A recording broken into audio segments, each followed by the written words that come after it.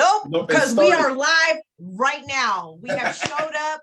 People, just so you know, it's 10:06. We understand that we're 6 minutes late. However, please know that is definitely worth your time, your efforts, your weights, your support is absolutely amazing. Like I always say, as formerly incarcerated, system impacted individuals, sometimes it can be challenging for us to get on this Zoom, on this Facebook Live. They're always doing something brand new to make it like, well, nope, here's another hoop that we would like for you to go through. Also, too, we're doing it with another state, with our amazing brother Haisan Williams, who has joined us today to be live with us all the way from Wisconsin. So we are going to have an amazing, amazing, amazing conversation. So happy top of the line Tuesday to all of us. It's Tuesday and we are winning today.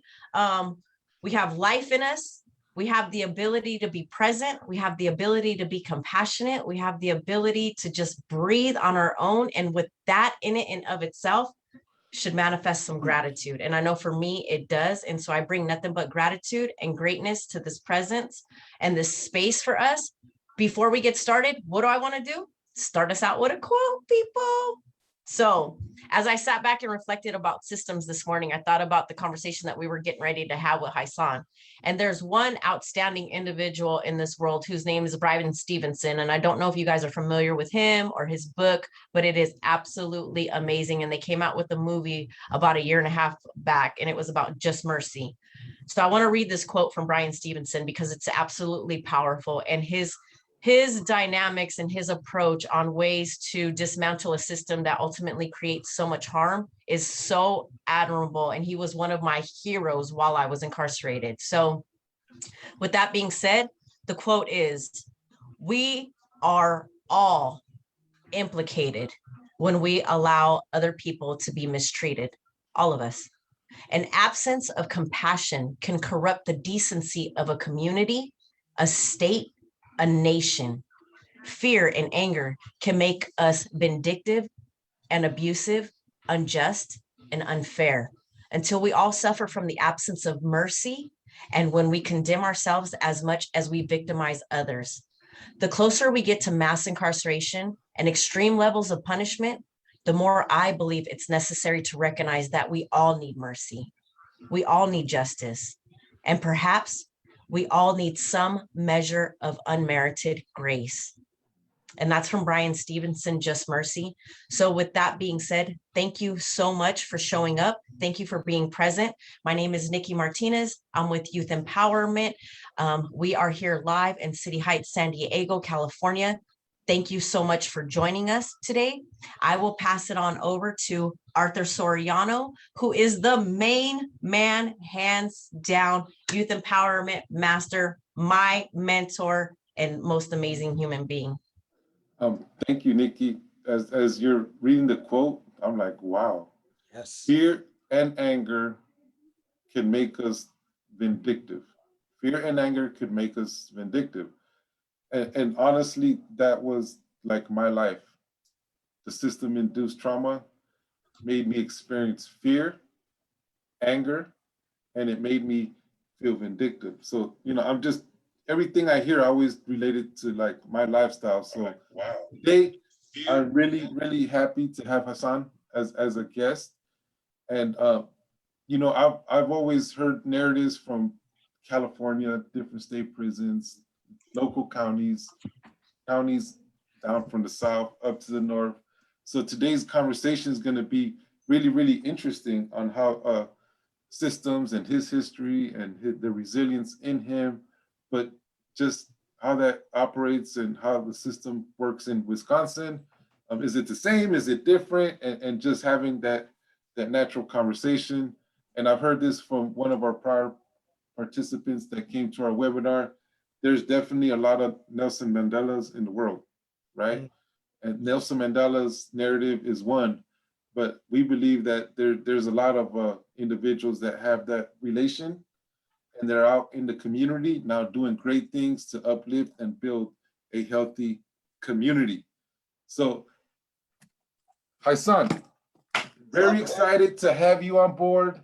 And I've heard a lot of great things about you through Nikki and the Old Globe. And, you know, honestly, that was the first experience when I did that with the Old Globe. For me, it elevated my knowledge of knowing about theater, right? I Mhm. haven't had too much knowledge of it, but the experience that I had with the Old Globe, that was definitely amazing. So I heard you went through the process. Oh yeah, it rocks. Yeah. So I want you to tell us a little bit about yourself, your history, your upbringing, and Okay, well, first of all, thank you all for having me, and I really do appreciate. This is such an awesome space to be in. Um, Even if it's virtual, the things that we discuss are not limited to space and location proximity. I'm 50 years old. I'm a native Chicagoan, South Sider, born and raised in what would probably consider one of the tougher neighborhoods. The origins of a lot of existing street gangs started in the neighborhoods that I grew up in. The poverty that we grew up in, this is the 1970s, so it's a little, the context is, a little bit post civil rights, but not quite.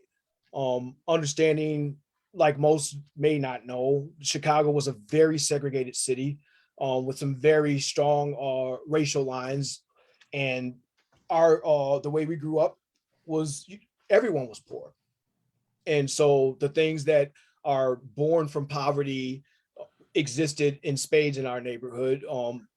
Theft, drugs, violence, and not being immune, it affected my family as well. I grew up in a house of abuse, um, violent parents, drug abuse parents.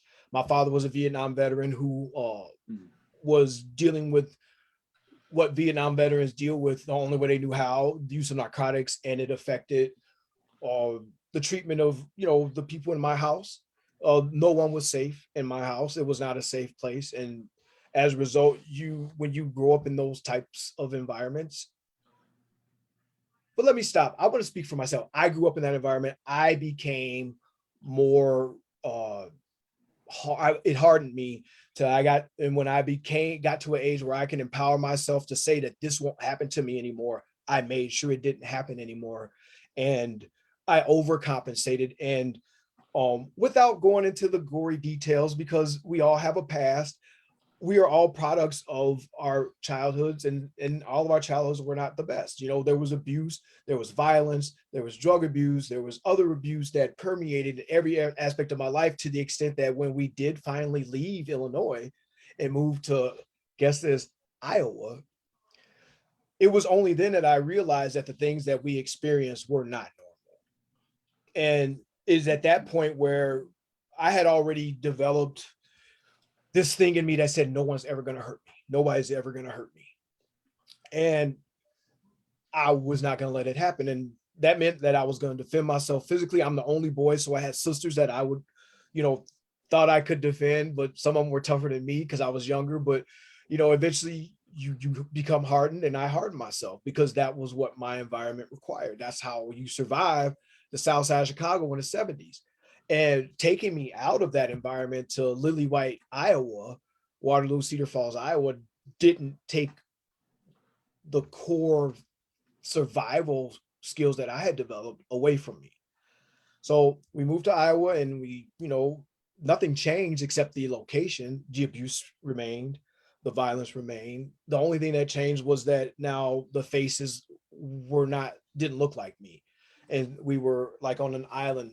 This is 1982, 83 in Waterloo, Iowa, Cedar Falls, Iowa. There were not a very many African Americans.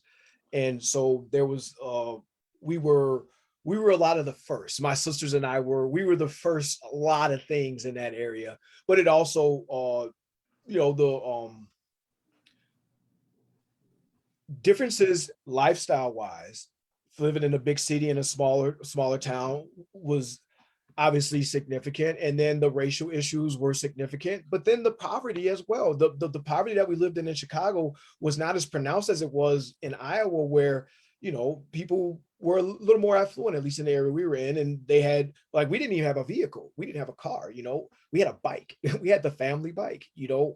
So there was a lot of different obstacles we encountered growing up, and we just, the resilience has been a theme, and the truth is we just kept going. Like if we didn't have money, I would go hustle pop cans. You could turn the pop cans into money, and you could, do whatever you had to do. And that's the origins of the young man I became.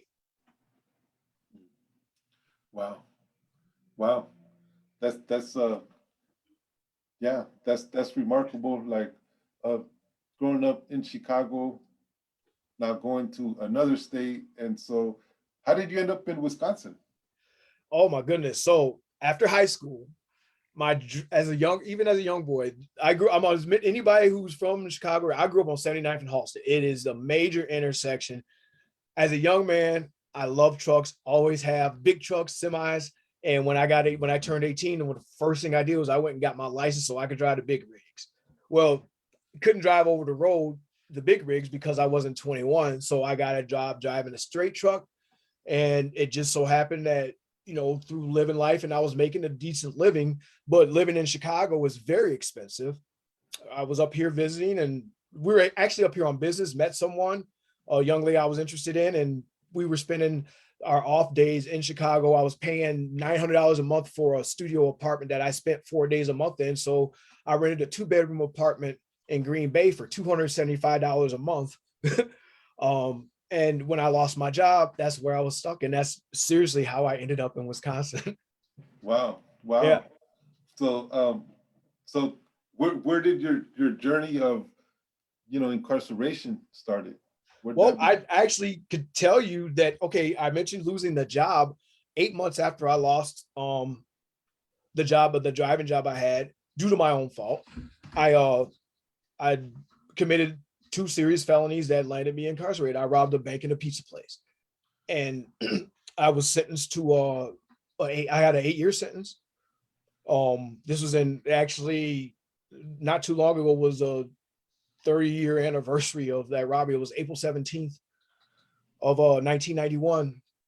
And I came in, I was introduced to the Wisconsin prison system like many. Intake.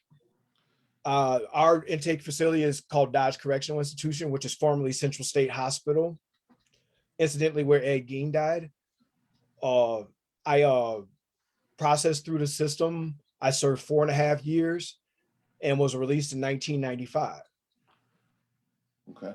And I've seen that you also did a 17-year stretch. Yep. And so all this was in Wisconsin. Yes, all my time has been served in Wisconsin. And so your time did you serve time as a juvenile or just as an No, adult? I never got in trouble. The worst thing I did as a kid, I threw snowballs at my Spanish teacher's house who lived behind me, and I got caught. Wow. Okay. Yeah, I didn't get in trouble until I was in my 20s. Excuse me, I didn't get caught until I was in my 20s. Wow. And as you're telling this narrative, like you talked about a bank and you talked about a pizza place, like, were you living in poverty at that time? No. And it's interesting that you asked that question, Arthur. That's really insightful of you to ask. When I wasn't in poverty. I wasn't I was an empowered person. I was an empowered victim who didn't know how to direct the newfound power that I had specifically. And let's be honest, a handgun isn't power. It doesn't equal power, but it feels powerful. Mm-hmm. And I had some control over other people, and I used handguns and I used violence to assert power. Wow. It was what I had. It was how I, because I honestly, I was so miserable that I wanted everybody to feel my misery. I was not in a state of poverty. I was in a state of hatred. There was an article, because I was very honest. I remember saying that the look on that woman's face when I pointed the gun at her was to die for. That's the mindset I had as a 20-year-old. That's how angry I was. I wanted them to feel it too. I wanted them to feel it too. What I was feeling inside, I wanted everybody to feel that. And that saying, hurt people, mm-hmm. that was the truth in my life. I hadn't even, obviously at 20 years old, you're not reconciling and processing depths of hurt. And heck, at 20 years old, I don't even know if I recognize that I was even from an abusive child background. You don't, I'm not cognizant of that. All I knew was that my reaction to the world I lived in was violent. That's how I responded to the world around me. Wow. And there's always a lot of reflection on, individuals that were raised in poverty. That's why they go get the means. But that reflection that you just gave of you were just angry and bitter. People wanted to feel your pain, a form of power, and just being honest with that. Just being honest with that, because there's a lot of individuals that could relate to that and connect with that. Well, and I think the biggest thing, and I love the way that you lined it together, right? Because really, in all actuality, it's about being truthful. It's about being transparent and understanding why it is that you function from that place. And I love, Haisan, whenever you and I have conversations, you always alleviate the blame component of it. You're like, you start talking about things and you're like, and not to say that that has anything to do with it, because I'm responsible for my behaviors, and I'm the one that made the choice and made the decision to do such and such and such, which is what I always love, admire, and respect about you more than anything. And I think, and there's so much truth in the unresolved trauma of our experiences and understanding how that plays out in our life. And I remember even being inside where people would say, like, it wasn't until I was like 30 something that I got it, to where I was able to make those relationships to understand that it was due to this trauma that created my distorted belief system, as far as the false ego, the pride, and the revenge and the vengeance and the resentments that ultimately led to me making and being okay with making decisions like that. So I just really appreciate the way that you lined that up right now, because there is so much truth in that, and understanding what the motivating factors are that create those actions is just, it's awesome. Yeah. And it's sad that it is, as Arthur alluded to, it is the truth for so many people. And without a process to deal with it, to purge, it usually ends up violent. It usually ends up without a good result. And it can relate to the quote that Nikki relayed earlier. Mhm. Anger, vindictiveness or anger and fear lead to vindictiveness. So that's definitely something you can relate with, and people need to hear the truth. And that's what this is all about, just being definitely honest. How was the system in Wisconsin? How was that? Well, I can, based on what I know from conversations that I've had with people around the country, I think Wisconsin is probably the most archaic of, at least bottom third nation nationally. And let me just be objective. Let me not editorialize it. When you come into the Wisconsin system, at least when I was first sentenced in 1991, you were eligible for parole after serving 25% of your time. So the first 25% of your time, depending on your offense and your offense history, and the length of your sentence, you progress through the system, and you did everything you could to be prepared for that parole hearing at 25% of your time. Now, the reality of it is that parole was a carrot that was dangled to control men's behavior, to tame, to keep people with a little bit enough of a piece of hope to modify their behavior so that we weren't terrorizing the system. I come from Illinois, whole different prison system, a whole different ball game, and they use different means of control. Wisconsin uses a psychological control to say, if you're good, we'll let you go home. And that's how the system's structured. It's very staff centric, as opposed to some systems where the inmates run an asylum, so to speak. Wisconsin's, they take a very, very strong line, and staff are in control. Wow. So like, as you're mentioning that, in California, I know it first started with halftime, right? So that was like, but the staff that are in control put you in positions for 115s, which are write-ups, and then halftime turns into like 85, 90%. Basically, you're doing your whole full time, but that's definitely how it began. Then it now went to 80%, right? And Right. the California prisons here. So, what kind of yard? How was the structure of the yards there? Was See, there resources? Were oh you, yeah, this is a truth. When I walked into Wisconsin prison system, it was there was a college campus essentially at the Green Bay Correctional Institution. UWGB professors would come into the institution. There was a college program all the way up to a level of associate's degree. There are vocational classes. They have a ton of this is 1990s. They had a ton of vocational classes that were of trades that, like, they had masonry, they had electrical, they had small engine. These are skills that people could attain, and they would translate into employment on the outside. What happened was in 1995, interesting. I'm not going to get political, so I'll just remove any names. And certain people made certain decisions that stopped Pell Grants from being used within a correctional setting. And so the college program was gone. A lot of the vocational programs were gone. And we were within the system left with, vocational programs. They have like a janitorial services, culinary arts, which is not, I don't frown on it, but how many cooks are you going to prepare for society? How many janitors are you going to prepare for society? And there are other programs, educational, every institution for the most part has at least 2 educational programs. Most of the institutions have relationships with the technical colleges within, a certain distance from the institutions. And then also, and this is important, there are treatment programs, in offense specific treatment programs for persons. And we all know that prisons became the mental institutions. So there's people who were getting psychiatric treatment who probably needed a little more care. And there was a lot of resources, access to resources, maybe not the resources to cover everyone, but if one was in need, eventually someone would get to you.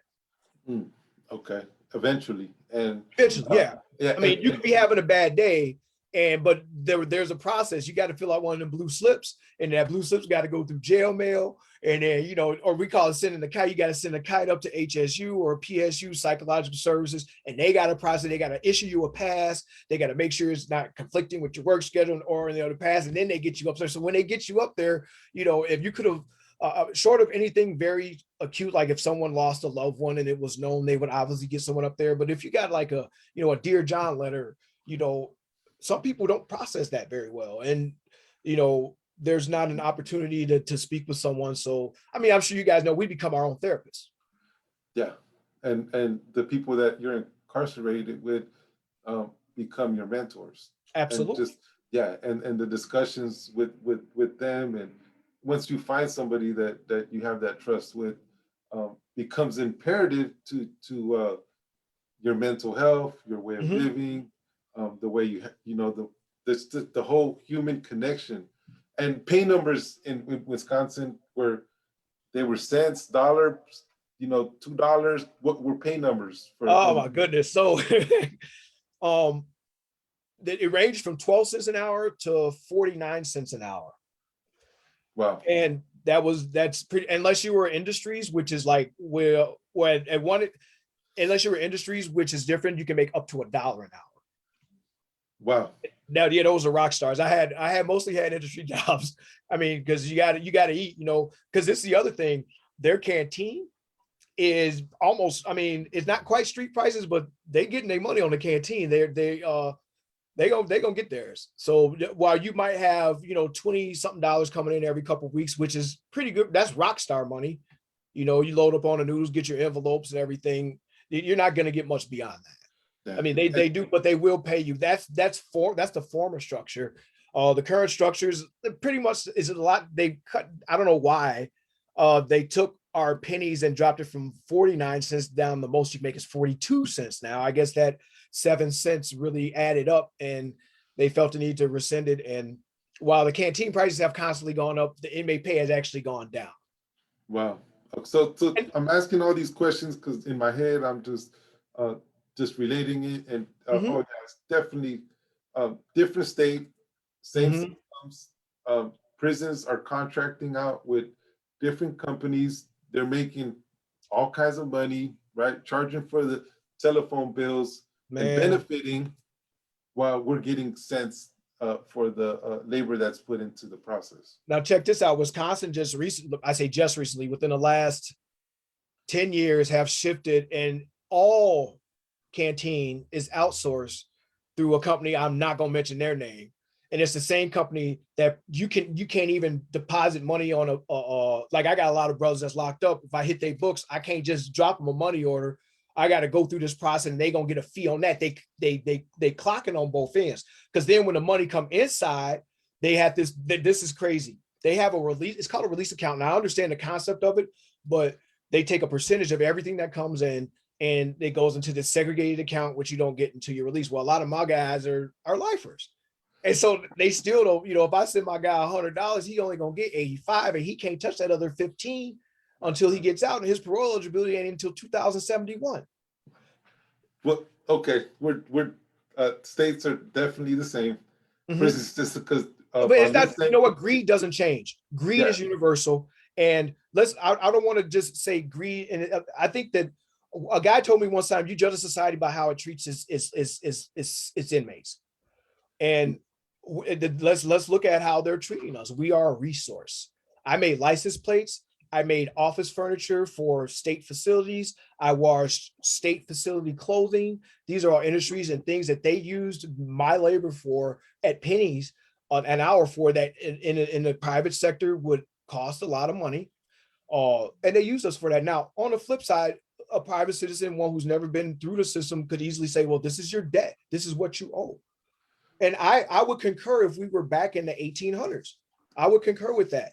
A modern society that claims to be rooted on human rights and all the international efforts made by the United States to correct human rights infractions across the world, yet in our own front yard, our inmates, myself and all of us here can acknowledge, and anyone who has ever been through the system can acknowledge that there is some inhumanity taking place on the dime of the government as well. So let me back away from the hypocrisy and just say this: greed and certain societal ills don't know any jurisdiction. It's the same everywhere. And we're definitely not in the 1800s. And how empowerment would it be for a participant in incarceration to get paid minimum wage, to get all the resources that they need, the support from all angles,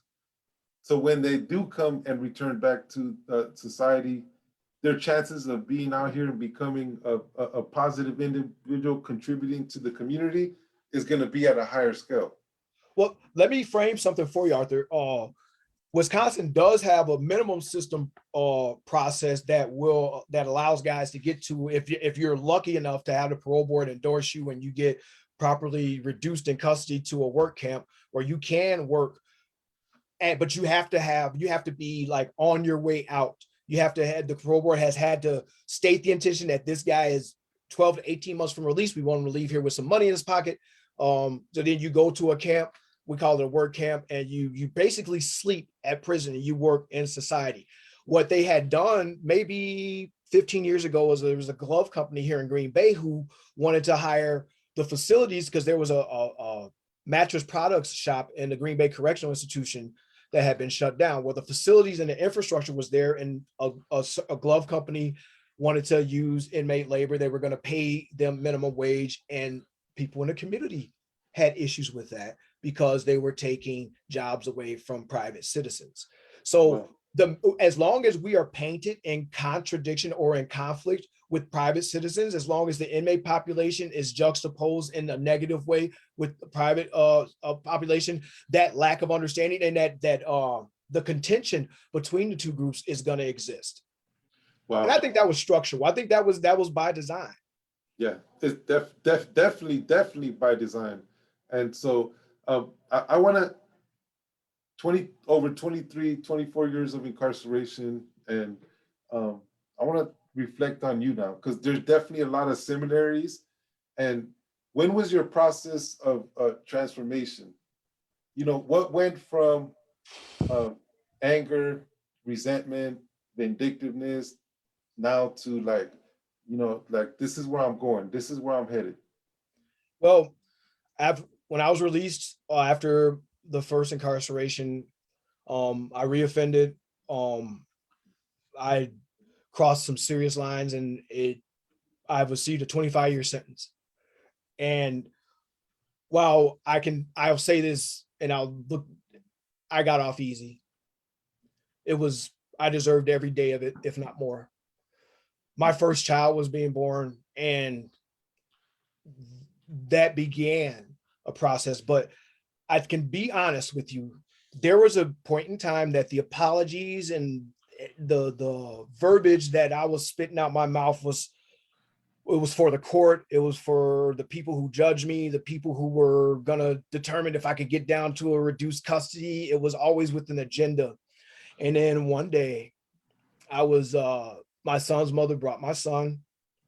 We were playing in the visiting room, and he was eating a little honey bun, and he was 3 years old maybe, and he just looked up very earnestly and said, he said, "When you get out, are you gonna come play with me?" Wow. And Wow. that it stopped me. I didn't even know how to, like, he asked me if I'd come play with him. Wow. And he didn't know that he was going to be so beyond playing by the time I got out. And that, I remember going back, I was working at the license plate. I was working at Auto Tag. I was making license plates, and I was actually on the press that was making them. And I remember going back, because I had to go back to my work spot after my visit, and put my work clothes on. And I got behind the machine, because there's 3 spots, and the behind machines where you actually switch the dies. And that's the labor. That's like when you want to get a sweat in, you know, it's like, hey man, I'm gonna throw for a couple hours. And I went back there and I threw for a couple hours. I just cried and I just cried. And I said, I have to change. I have to change. I have to change. I'm working on, like, I gotta change. I gotta change. Wow. Wow. And that was where it started. I tell my son, my life really didn't begin until we got here. Wow. And you know, life for our population is all about turning points. And everybody has their, like, aha, like their turning point, like, this is where I'm done. And the connection with you, your kid, it's never too late. It's never too late. So for you to be able to identify that and connect with that, and for your resilience to kick in, whoo, that's when your process starts, right? It really, it was, I can honestly, that was the launching point for a lot of things that I began writing. I wrote my son every day for probably the first 6 years. And it got to once a week, because we were able to talk a little bit more over the phones. Mm-hmm. He was able to actually have a conversation, and it changed. But a lot of everything started from there. I got my first tattoo in prison, and it was my son's name and birthday. And so I could kiss my arm and touch it anytime I did anything. Yeah, but and I know, here's the thing, man. And sometimes you got to do it for somebody else, because you don't know you mean enough yet.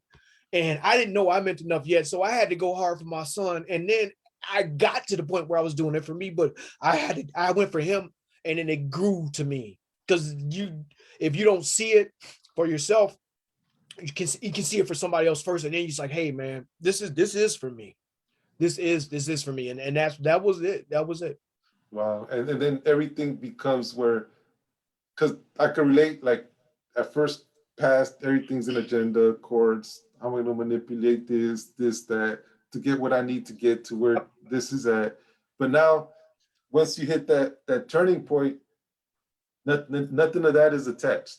And then you get to the next turning point and the next turning point, and boom. And so where are you at now? Like, how long you been out? What are you doing? Mm. Where you at? Well, I am. Well, we were late today because I was actually fielding a phone call for a different job. I'm always in the market. I'm always looking for self-improvement. I just got my degree in marketing. I just got my SAFE MLO. I'm a licensed mortgage loan originator. I just got accepted into grad school. And within the last, I think Nikki saw something. I just visited my son in Florida. I'm happily married, Wow. amazing wife. I have an amazing pack of animals. I have 3 dogs and 4 cats that I love immensely. I got that's Brutus, Cassius, Ariel, Desdemona, Lucius, and Katie, and don't forget, of course, Ariel. I live in Greenway. I've had my ups and downs. Where I'm at is this is the truth. I am as happy a person as there can be, and life isn't perfect, but I'm able to wake every day, and by Allah's will, I'm able to continue to move forward. I have my health, I have my sanity. Well, that's relative, but I have what we would categorize as sanity, and I have a healthy relationship with the. I have a this is I have a healthy relationship with the world that rejected me. Wow. Wow. That you need that's a quote, man. I think I might steal that. Woo. I have a healthy relationship with the world that constantly rejects me. Wow. I Wow. love that you said that. And I think the thing that stands out is the last time that I saw you and where you were at as far as having that conversation about, and just like how you started out, it's saying, we make so strong strides to distance ourselves from who it is that we were 10, 15, 20, 30 years ago. And ultimately how even after coming in and embracing society and doing and striving to be the best version of yourself and deposit that into a world that rejected you, and how ultimately things are still coming up that have a tendency of just continuously rejecting us from something from so long ago. And my heart connected with you so strong the last time that I saw you because of the way that you had shared that. And it broke my heart to know that, like you said, something that you did at the age of 20 and it's 30 years later. And as a 50-year-old man, that society still turns its back and doesn't recognize the value in the human being and the dedication and the resilience in you that you've strived to be today. Like, recognize me for who I am today, not for the choices that I made when my brain wasn't even fully developed. Don't recognize me for the choices that I made when I didn't understand and I was ignorant to the world and all of the things that it was coming at me with. Don't reject me because of the trauma that I endured as a youth and didn't know how to have the right coping skills in the 70s and 80s and 90s, like we were knowing what coping skills were. It's like I applaud you, just highly, highly, highly for the just the momentum that you're going to move forward. And the fact that you can just make a statement like that just makes me want to run all the way to Wisconsin, like literally put on some track shoes and run to Wisconsin just so that I can hug you for the human being that you are today. So thank you so much, Haisan. Seriously. Yeah, Thank you, Nikki. Bring a coat if you're coming. I got a hoodie. that ain't gonna get you out the living room, sweetheart. I want to say this because I think it's important context wise. I committed every crime I was convicted of. I deserved every day of incarceration that I have served. My victims deserve to know that I have been punished and that I have righted what I needed to right. And so I'm not a victim. And I say this honestly because I look my wife in the eye and I say, even though tears may be coming out of him, that if this is part of the penalty for the things that I've done, then I have to own it. I have to own it. And as I stated to you guys off camera, and I'll continue to say it, there's not a degree or a certification that I can get that'll make these felonies go away. That said, I've served my time. And I've gone through the processes that they say, they being society, the rule makers, whoever they are. If you do this, this can happen. Well, I got my degree. I got professional licensing. And here's the thing.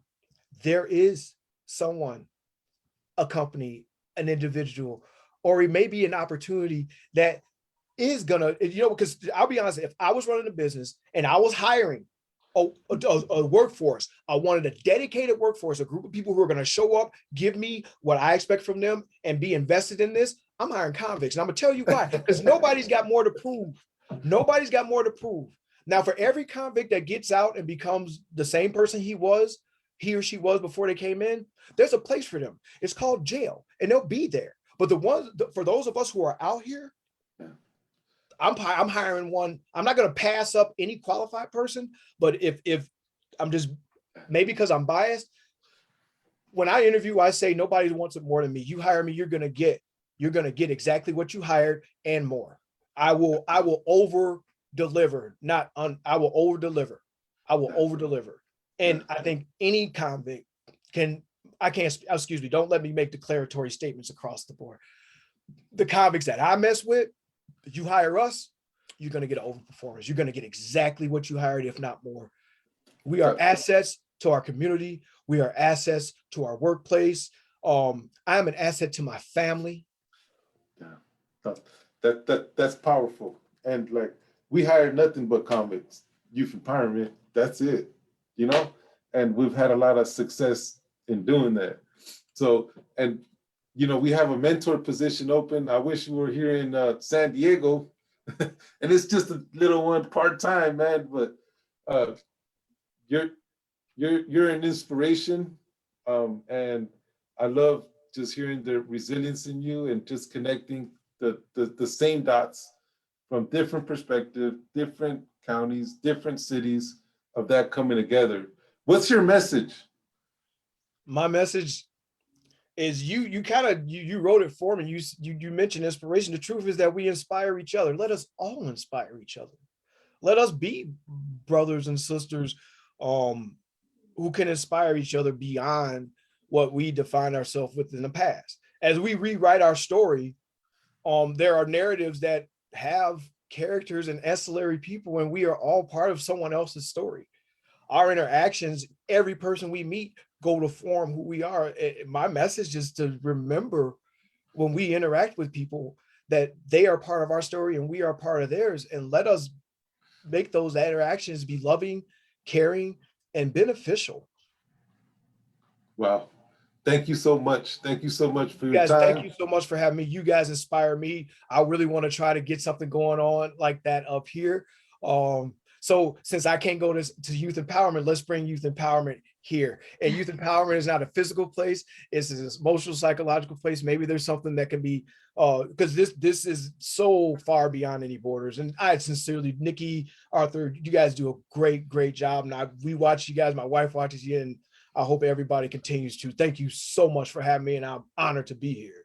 Yeah, thank you. And before Nikki takes it away, definitely, iron sharpens iron, nonprofits, something that you guys want to get going over there. What we have over here, we'll share with you guys, structures and how we did it and all that. So definitely, that's something that we could assist with. So Nikki, take it away. So yes, Haisan, thank you for blessing us on just with your presence, on your wisdom, on your insights, on your vulnerabilities, on your love, on your compassion, just everything. I appreciate you. I appreciate being in your presence.